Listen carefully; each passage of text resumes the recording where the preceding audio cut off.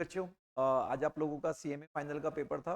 I hope आप लोगों का पेपर बहुत अच्छा हुआ होगा। मेरे हिसाब से तो पेपर आसान पेपर और इंटर लेवल के बच्चे को आराम से सॉल्व कर सकते हैं। एसटी के अंदर जो इंटर का पार्ट होता है सेक्शन 120, तब मेन पेपर आपका यहाँ से आया है, फोर से। तो आइए आपका ज़्यादा समय लेते आपके क्या करेक्ट आंसर होने वो मैं आपको यहाँ पे एक्सप्लेन। ठीक है, सबसे पहले which of the following person can opt for the composition subsection 1। आपको पता है कि सेक्शन 1 के अंदर जिसका प्रीसीडिंग फाइनेंशियल 1 करोड़ 50 लाख से कम हो या नोटिफाइड स्टेट में 75 लाख से कम हो, वो कंपोजिशन स्कीम में जा सकता है। और 10(2) बताता है कि कुछ लोग हैं जो कंपोजिशन स्कीम में जा सकते हैं। तो यहाँ पे 75 लाख वाला जा सकता है, 1.5 करोड़ वाला जा सकता है। और लेकिन आपको पता है कि गुड्स का मैन्युफैक्चरर होते हैं वो नहीं जा सकते। तो आइसक्रीम, पान मसाला, तंबाकू, ये लोग नहीं जा सकते। जो फूड वाले नहीं जा सकते। रेस्टोरेंट सर्विस वाला, आपको पता है वैसे तो सर्विस का सप्लायर 10(1) वाली स्कीम में जा सकता है, वो 10(2) वाली स्कीम में जाता है। लेकिन रेस्टोरेंट वाले के लिए स्पेशली कह रखा है कि वो 10(1) वाले में भी जा सकता है, ये भी जा सकता है। मेडिसिन के सप्लाई के लिए ऐसा कोई रिस्ट्रिक्शंस नहीं है। इसका मतलब इसका करेक्ट आंसर है 4 और 5, 3 और 4 वाला नहीं जा सकता। इसका मतलब 1, 2 और 5 और 6 वाला जा सकता है। करेक्ट आंसर बच्चों का होगा 1, 2, 5, 6।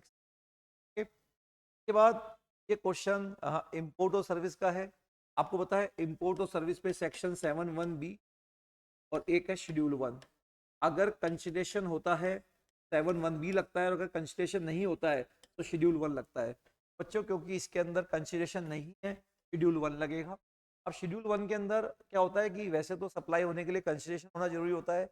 लेकिन अगर आप वैसे तो सप्लाई होने के लिए कंसिडरेशन होना जरूरी होता है, लेकिन शेड्यूल 1 में 4 ऐसे केस होते हैं जहाँ पे कंसिडरेशन नहीं है तो भी सप्लाई मानते हैं। एक तो है permanent transfer of business assets, supply to related person, distinct person. तीसरा supply by principal to agent या एजेंट टू प्रिंसिपल। और चौथा है import of service from related person और from distinct person during the course of business और furtherance of business. तो यहाँ पे फोर्थ वाला जो क्लोज है वो नहीं लगेगा। क्यों नहीं लगेगा? क्योंकि यहाँ पे जो आपने सप्लाई इंपोर्ट और सर्विस की है वो रिलेटेड पर्सन से नहीं की है। तो शेड्यूल 1 तब लगता है जो रिलेटेड पर्सन या डिस्टिंक्ट पर्सन से लिया है। इसका मतलब ये 7(1)(b) के हिसाब से भी सप्लाई नहीं क्योंकि कंसिडरेशन नहीं है, और शेड्यूल 1 के हिसाब से भी नहीं क्योंकि रिलेटेड नहीं है। करेक्ट आंसर क्या होगा बच्चों? इसका करेक्ट आंसर होगा बी आंसर होगा, party are not related. Okay, उसके बाद बच्चों ये वाला क्वेश्चन प्लेस ऑफ सप्लाई से क्वेश्चन आया हुआ है। इसके अंदर आपको पता है कि एक संजय कुमार पर्सन था, नोएडा में था, अनरजिस्टर्ड पर्सन था। वो फैमिली वेकेशन के लिए जा रहा था, रास्ते में उसकी गाड़ी क्या हो गई, खराब हो गई। उसने ऑन रोड्स कंपनी है जो दिल्ली में क्या है रजिस्टर्ड है, उससे सेवाएं ली। और जो ऑन रोड कंपनी वाला है वो किसी भी कस्टमर का रिकॉर्ड्स मेंटेन नहीं करता था। सबसे पहले ये गुड्स का मैटर है, सर्विस का मैटर है, सर्विस का मैटर है। सेक्शन 12 या 13 से प्लेस ऑफ सप्लाई निकालते हैं, 12 लगेगा, 13 लगेगा, 12 लगेगा, क्योंकि सप्लायर और रिसिपेंट दोनों टैक्सेबल टेरिटरी में। अब 12 के अंदर जनरल प्रोविजन लगेगा 12(2) का, या स्पेसिफिक लगेगा। आपको पता है कार रिपेयर सर्विस के लिए 12(3) से लेके 12(14) में कोई भी स्पेसिफिक पार्ट नहीं लिखी हुई है, तो 12(2) लगेगा। 12(2) के अंदर ये B2B है या B2C है? ये B2C है। B2C के अंदर एड्रेस नोन है या अननोन है? अननोन है। तो अगर एड्रेस अननोन है तो location supplier will be place of supplier. तो बच्चों correct answer will be Delhi होगा, लोकेशन ऑफ सप्लायर। तो correct answer will be Delhi answer होगा। अच्छा बच्चों, अगेन ये सेक्शन 22 से आया। जब हम सेक्शन 22 में जाते हैं तो आपको एग्रीगेट टर्नओवर, अगर आपका एप्लीकेबल लिमिट से ज्यादा होता है तो आपको रजिस्ट्रेशन कराना होता है।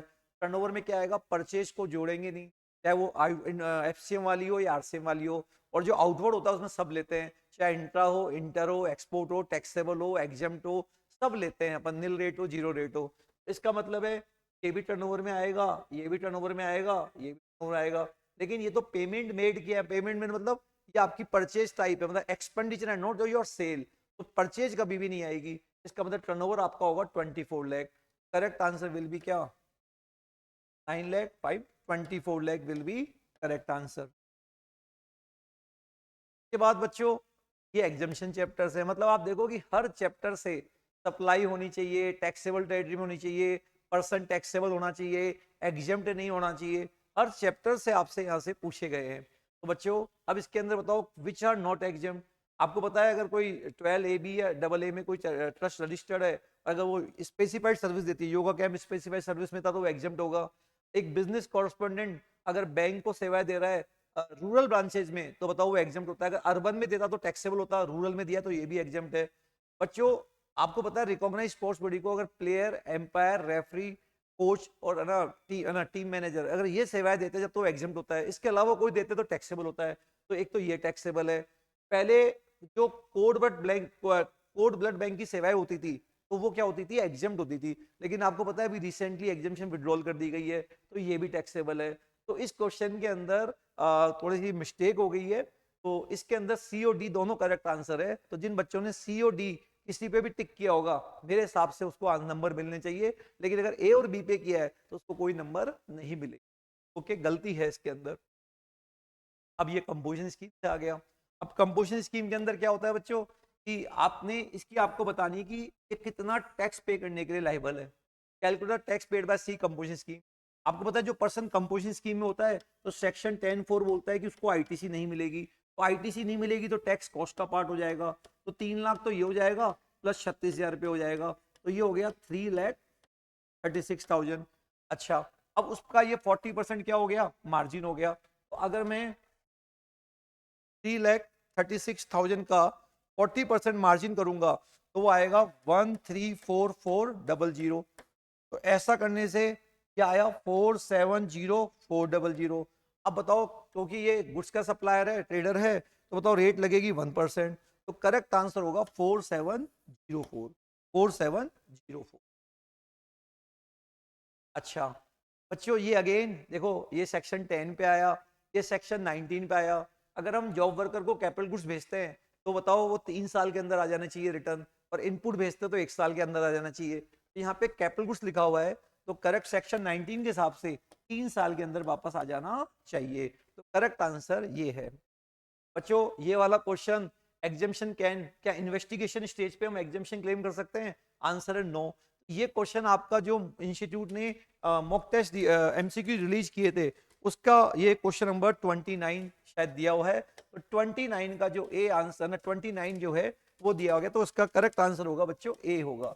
तो ये वाला question as it is MCQ से आया है, तो इसलिए हम बार बार जोड़ देते हैं कि इंस्टीट्यूट के द्वारा जो बुकलेट रिलीज की गई है उसके सारे क्वेश्चन देखो, क्योंकि इस बार जो भी पेपर आए हैं पर्टिकुलर इंटर या फाइनल और पर्टिकुलर फाइनल के सेकंड ग्रुप के सारे बहुत सारे क्वेश्चन एमसीक्यू में से हिट हुए हैं, सीएफआर में तो बहुत ज्यादा हिट हुए हैं।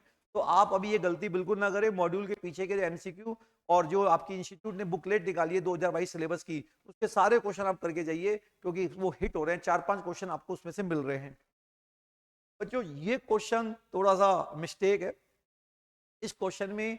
देखिए अगर अपन इसको क्वेश्चन को सॉल्व करते हैं तो एक होता है जीएसटी, एक होता है एसजीएसटी और एक होता है आईजीएसटी। तो ये इनका आउटपुट कितना कितना है, 60,500, 60,500 ये आउटपुट आउटपुट आउटपुट और 60,000 क्या 500। अपन को पता है सेक्शन 49A और जब हम 49B पढ़ते हैं तो पहले आपको आईजीएसटी को खत्म करना पड़ेगा। तो आईजीएसटी आईजीएसटी से माइनस होगा, 75,000 यहां से क्या होगा माइनस होगा। तो जब अपन इसको माइनस करेंगे है ना, इसको जब अपन माइनस करेंगे तो ये बचेगा 14,000 क्या 500 है ना, 14,000 क्या 500 बचेगा। यहाँ स्पेस की कमी है तो मैं एक बार यहाँ ले रहा हूँ।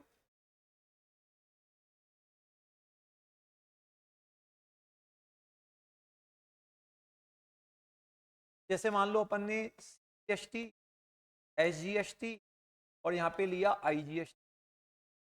यहाँ मैंने लिखा 60,500 आउटपुट, 60,500 आउटपुट और 65,000 आउटपुट। सबसे पहले अपन को आईजीएसटी को एडजस्ट करना होता है। मैंने यहाँ पे 75,000 आईजीएसटी एडजस्ट की। ऐसा करने से ये बच गया 65,000, 65,000 और ये बच गया 14,500 का। अभी भी हमारे पास इनपुट आईजीएसटी पड़ी हुई है। तो पहले जब तक इनपुट आईजीएसटी पड़ी होती तो हम इनको आपस में एडजस्ट नहीं कर सकते, सीजीएसटी सीजीएसटी से एसजीएसटी एसजीएसटी। तो आपको इसको खत्म करना पड़ेगा। अब आपको पता है कि किसी भी मैनर में किसी भी रेशियो में हम कर सकते हैं। 14,000 1500 को पूरा यहाँ से भी कर सकते हैं, यहाँ से भी कर सकते हैं, आधा आधा भी कर सकते हैं, 2,000 यहाँ से या 12,500 यहाँ से, कुछ भी किसी भी मैनर किसी भी रेशियो में कर सकते हैं। तो सपोज करो मैंने 14,500 को पूरा यहां से माइनस कर दिया, तो ऐसा करने से क्या होगा, ये 0 हो जाएगा। अब 60,500 में से 14,500 जब मैं माइनस करूंगा तो ये 46,000 आएगा, और ये बच गया 60,500। ओके, अब मैं सीजीएसटी को सीजीएसटी से माइनस करूंगा, सीजीएसटी को सीजीएसटी से माइनस करूंगा तो ये मेरा आया, मेरे पास आईटीसी काफी सारी अवेलेबल है 8,000, मेरे पास 7,500, मतलब ये मुझे आईटीसी मिल जाएगी। ये भी मेरे पास 49,000 अवेलेबल है, तो मैं यहाँ से 49,000 रुपीज क्या करूंगा, माइनस करूंगा। तो बताओ ऐसा करने से मेरे पास 3,000 रुपए की क्या मिलेगी, आईटीसी मिलेगी। तो करेक्ट आंसर यही है, मतलब हमको इसमें बेटर टैक्स प्लानिंग देखनी होती है कि हमको कम से कम टैक्स देना पड़े। हालांकि आप किसी और भी एडजस्टमेंट से अगर करके देखोगे तो आपका इसमें से कोई सा भी आंसर किसी भी हालत में नहीं बैठ रहा है। तो इस क्वेश्चन में जो मिस्टेक नजर आ रही है, यहाँ पे पेबल की जगह यहाँ पे आईटीसी लिखा होना चाहिए था, आईटीसी। तो करेक्ट आंसर क्या होना चाहिए, 3,000 तो इसका रिफंड मिलेगा, मतलब कैरी फॉरवर्ड हो जाएगा, और 7,500 ये कैरी फॉरवर्ड हो जाएगा। तो इस क्वेश्चन में मिस्टेक है, आपको यहाँ पे बोनस मार्किंग मिलनी चाहिए, क्योंकि यहाँ पे जो वर्ड यूज हुआ है वो पेबल की जगह आईटीसी होना चाहिए। देर आफ्टर बच्चों हम नेक्स्ट क्वेश्चन पे आते हैं। What is the time limit of filing intimation for withdrawal from the composition scheme. बच्चों आपका यही क्वेश्चन कल इंटर में भी आया। इंटर में ये था कि जैसे आप कंपोजिशन स्कीम से बाहर हो गए, आपका टर्नओवर क्रॉस हो गया, तो बताओ आप नॉर्मल स्कीम में कब से जाएंगे। तो आपको पता है सेक्शन 10(3) होता है जो, वो बोलता है वेरी नेक्स्ट डे से जाएंगे। तो इंटर में तो ये आया। तो और आपसे पूछा कि जैसे आप मान लो 1 दिसंबर को मान लो आपका टर्नओवर क्रॉस लिमिट कर गया, अब आप नॉर्मल में जा रहे हैं, तो आपको डिपार्टमेंट को इंटीमेट करना होता है। तो रूल 3 जो कंपोजिशन रूल का 3 होता है वो बताता है 7 डेज के अंदर आपको इंटीमेट करना होता है। तो बच्चों यहाँ पे करेक्ट आंसर आएगा क्या, 7 डेज। ठीक है, अब बच्चों ये सारे 10 क्वेश्चन तो तुम्हारे जीएसटी से थे। जैसा कि मैंने बोला कि पूरा पेपर सेक्शन 1 से लेकर 24 के बीच में आया, जनरली ऐसा होता नहीं है, बट इस बार पूरा इंटर लेवल का पेपर आया जो ये इंटर वाले बच्चे भी इसको सॉल्व कर सकते थे। अब ये आया कस्टम से। आपको पता है कस्टम के अंदर अगर बायर एंड सेलर क्या है, रिलेटेड पर्सन है, या price not a sole consideration, तो हम वैल्यू निकालते हैं रूल्स के हिसाब से। रूल 4 था आपका आइडेंटिकल गुड्स, रूल था सिमिलर गुड्स, रूल 7 था डिडक्टेड मेथड, और रूल 8 था कंप्यूटेड मेथड। अब यहाँ पे डिडक्टेड मेथड से आपको प्राइस निकालने के लिए बोल रहा है।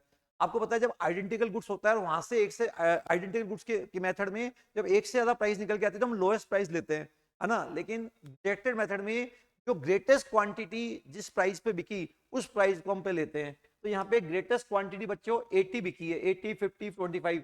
तो 80 किस प्राइस पे बिकी है, 90 पे। तो बच्चों करेक्ट आंसर विल बी क्या, 90। ऐसे ही कंप्यूटेड मेथड जो रूल 8 होता है उसके अंदर हम क्या करते हैं, जैसे हमने कोई एक्सपोर्ट कोई माल इंपोर्ट किया, हम इंडिया में बैठे हैं और एक्सपोर्टर बाहर बैठा हुआ है, तो जो एक्सपोर्टर की जो कॉस्ट होती है, एक्सपोर्टर की जो कॉस्ट, उसका जो एक्सपोर्ट कंट्री का प्रॉफिट, एक्सपोर्ट कंट्री के खर्चे, और 210(2) में जो इंश्योरेंस फ्रेट होता है वो ऐड करते हैं, वो वैल्यू हम लेते हैं कंप्यूटर मेथड में। तो यहाँ पे हमको ये सब लेना पड़ेगा, बट इंडियन इंपोर्टर का कोई प्रॉफिट नहीं जोड़ना होता है। तो करेक्ट आंसर क्या होगा, ये वाला हम इंक्लूड नहीं करेंगे, डी आंसर आएगा। बच्चों अगेन ये आपका जो इंस्टीट्यूट की जो बुकलेट है, इंस्टीट्यूट की जो बुकलेट है एमसीक्यू वाली, उसमें से एज इट इज ये क्वेश्चन आया है। इस क्वेश्चन का जो नंबर है वो आपका आया है ना, 81 वाला नंबर है। तो इसके अंदर 3 लाख रुपए होगा, 3 लाख रुपए duty free import of sample कितना मंगा सकते हैं, एग्जामिनेशन नोटिफिकेशन के हिसाब से 3 लाख रुपए तक का मैक्सिमम। ये डीबीके से आया है। तो बताइए एफओबी वैल्यू का हम मैक्सिमम 1/3, तो यहाँ पे 1/3 अगर थोड़ा उसको परसेंटेज में देना चाहिए था, थोड़ा सा कंफ्यूजिंग था, तो फिर भी अब इसमें बेटर आसपास तो हमको 33% ही दिख रहा है। तो 33% अपन को क्या मिलेगा, एफओबी बिली का मैक्सिमम हम डीबीके ले सकते हैं, ज्यादा नहीं ले सकते हैं। और अगेन आईआईएन की फुल फॉर्म क्या होती है, ये भी क्वेश्चन एमसीक्यू बुक से आया है, क्वेश्चन नंबर 90 है आपका, उसके अंदर इसका करेक्ट आंसर है बी। बच्चों इस तरह से बहुत सिंपल एमसीक्यूज आपके थे, इनमें कुछ भी नहीं था। और जहां तक पेपर की बात है, अगर आप पेपर भी देखेंगे तो ये सेक्शन 8 पे आया है, कंपोजिट और मिक्स सप्लाई। ये जो पैक्ड एंड ट्रांसफर वाला विद इंश्योरेंस, ये कंपोजिट सप्लाई है। राजधानी सेट के साथ मील देना, ये भी एक कंपोजिट सप्लाई है। एनआरटीपी के प्रोविजंस पूछ रहा है, मतलब बिल्कुल सिंपल क्वेश्चन है। एनआरटीपी के प्रोविजंस और उसके रिटर्न फाइल के बारे में पूछ रहा है।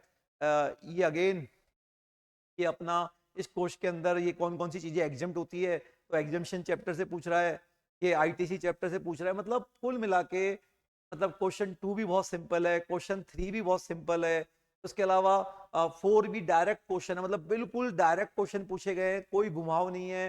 गुड्स की time of supply reverse charge में गुड्स के केस में क्या होती है, आपको सेक्शन 12(3) लगाना है, सर्विस के केस में 13(3) लगाना है, या सेक्शन 51 के प्रोविजंस लिखने हैं। मतलब सिंपल, मतलब 2, 3, 4, मतलब बिल्कुल सिंपल क्वेश्चन है, कोई नंबर कटने के चांस यहाँ पे है ही नहीं। और ये 5 वाला ये टूल्स का वाला, मतलब आईटीसी के क्वेश्चन पूरे प्रैक्टिकल पार्ट से आए हैं, सेक्शन 1 to 24, कुछ भी नहीं है, मतलब किसी भी क्वेश्चन में किसी प्रकार का कोई दम है ही नहीं।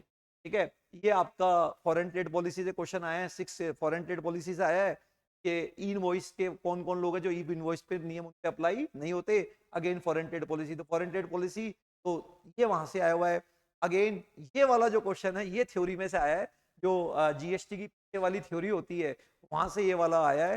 तो ये क्वेश्चन है जो थ्योरी से हिट हुआ है, जिसके लिए आप जनरली बच्चे थ्योरी वाले चैप्टर छोड़ जाते हैं, लेकिन ये अपन ने क्लास में बताया था, इंपॉर्टेंट है, और यही क्वेश्चन आपके हिट भी हुआ है और ये क्वेश्चन अपन ने डिस्कस भी किया था। तो बिल्कुल मैं ये कह सकता हूँ बिल्कुल सिंपल पेपर है। और जैसे कि बच्चों से बात हुई, सर मजा आ गया पेपर में, तो कुछ भी नहीं था, जो अपन ने क्लास में डिस्कस किया सब कुछ वही था। आई होप आप लोगों का पेपर अच्छा हुआ होगा। अब बच्चों केवल 2 पेपर बचे हुए हैं, उसके बाद आप लोग free. All the best for upcoming exam.